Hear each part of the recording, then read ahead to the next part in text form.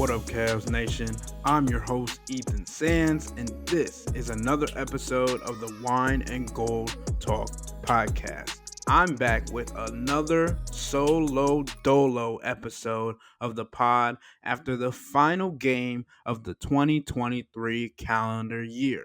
For those disappointed in the loss to the Bucks, I don't think you should be. The Cavs had their worst three-point shooting night in franchise history with more than 30 attempts from deep.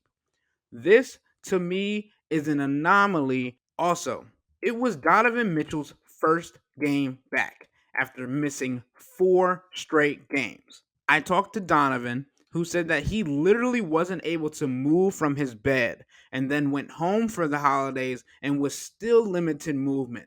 I wouldn't be surprised if that means that the first basketball movements that we saw him do were at shoot around in Dallas and before that game as well. All that being said, he still dropped 34 points in 36 minutes and added 9 assists.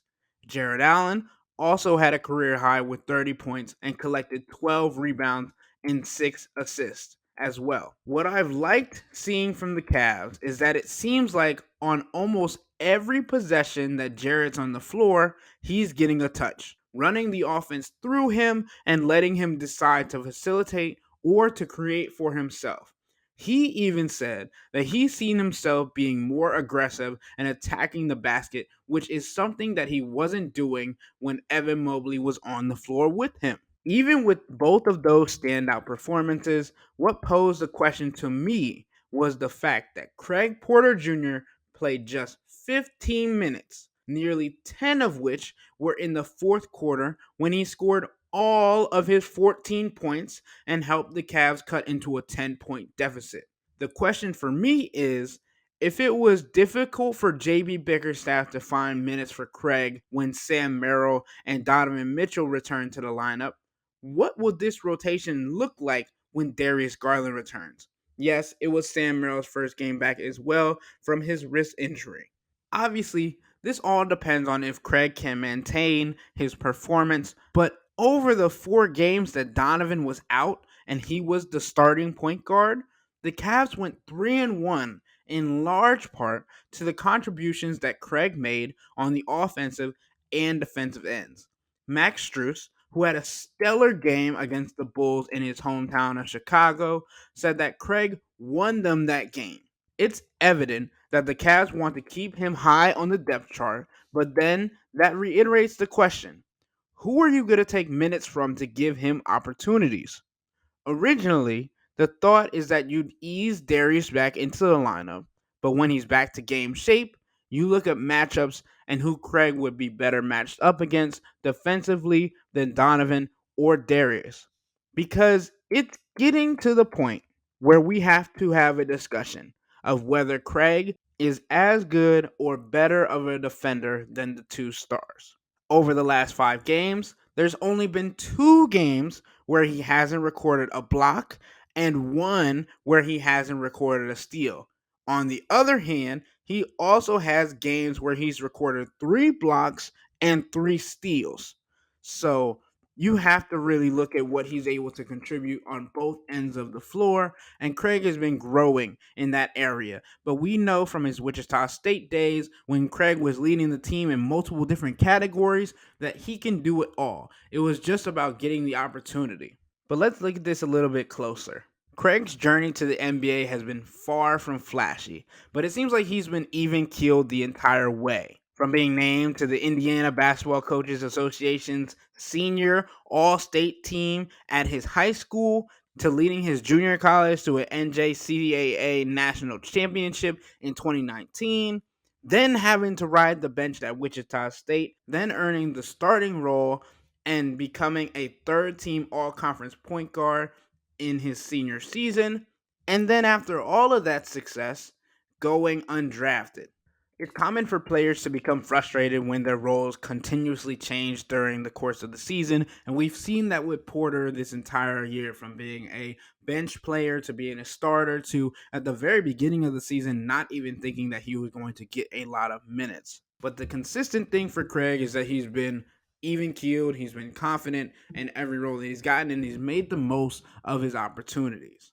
So, with Sam Merrill coming back, with Donovan Mitchell coming back, and then you have Darius Garland coming back in a couple of weeks and Evan Mobley coming back in about a month.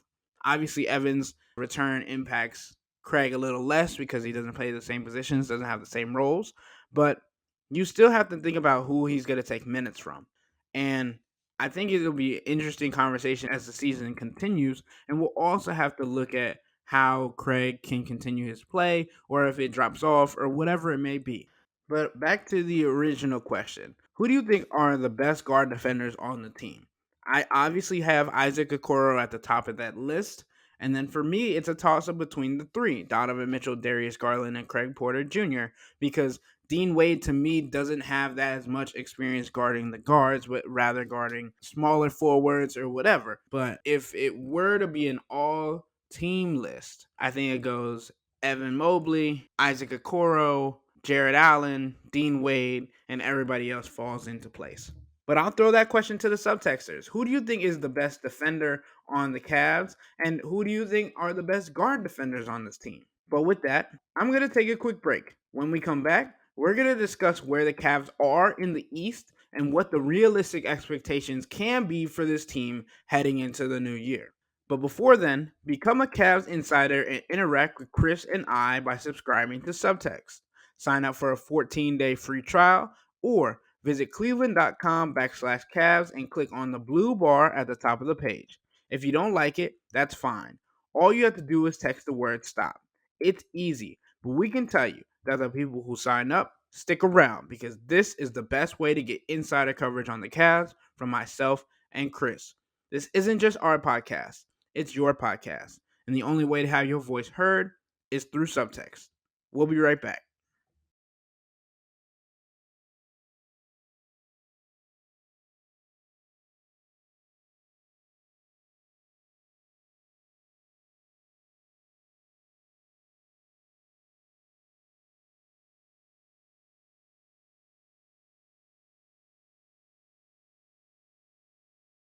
All right, we're back.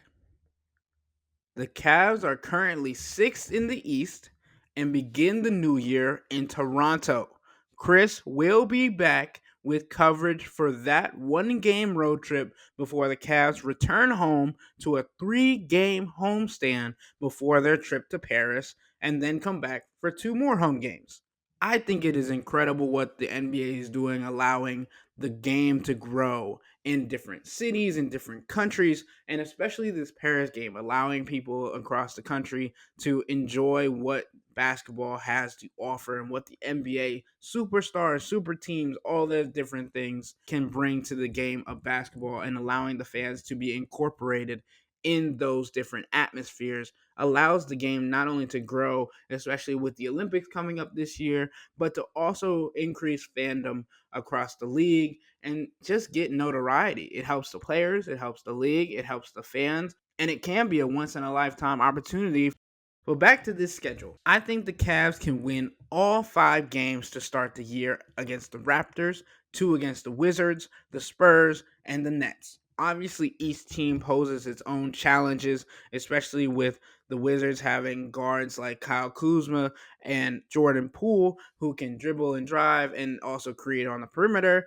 Obviously, Victor Wembanyama with the Spurs, and the Nets having a core of guards who are able to attack the rim at will. But all of these teams have worse records than the Cavs.